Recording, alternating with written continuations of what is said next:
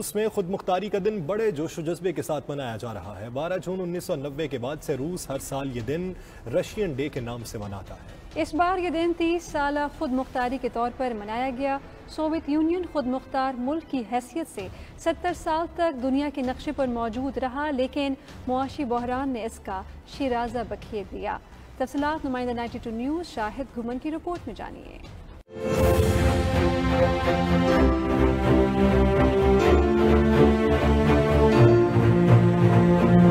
روسی صدر Vladimir Putin نے یوم روس کے موقع پر پرچم کشائی کی تقریب میں حصہ لیا۔ انہوں نے تقریب سے خطاب کرتے ہوئے روسی قوم کو یوم روس کی مبارکباد دی۔ انہوں نے کہا کہ کریمیا سے لے کر کریل کے جزیروں تک روس کی وسعت ملک کے وقار سے بھری پڑی ہے۔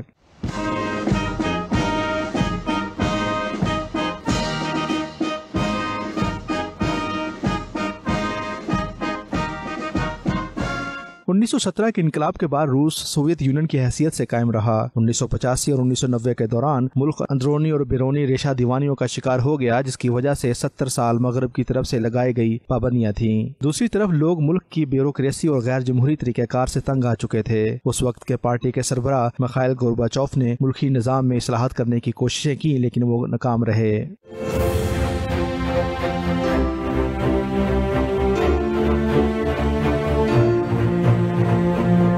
12 جون 1990 کو کمیونسٹ پارٹی کی کانگریس کی جگہ عوامی نمائندوں کی کانگریس منعقد ہوئی، جس میں اکثریتی ووٹوں سے بورس یلسن سپریم کونسل کے چیئرمین منتخب ہوئے، جو قانون ساز اسمبلی کی حیثیت بھی رکھتی تھی، اور گورباچوف کو اقتدار سے ہٹا دیا گیا۔ کانگریس میں بورس یلسن کی اما پر 12 جون 1990 کو سرکاری خود مختاری کا اعلامیہ بھی منظور کیا گیا۔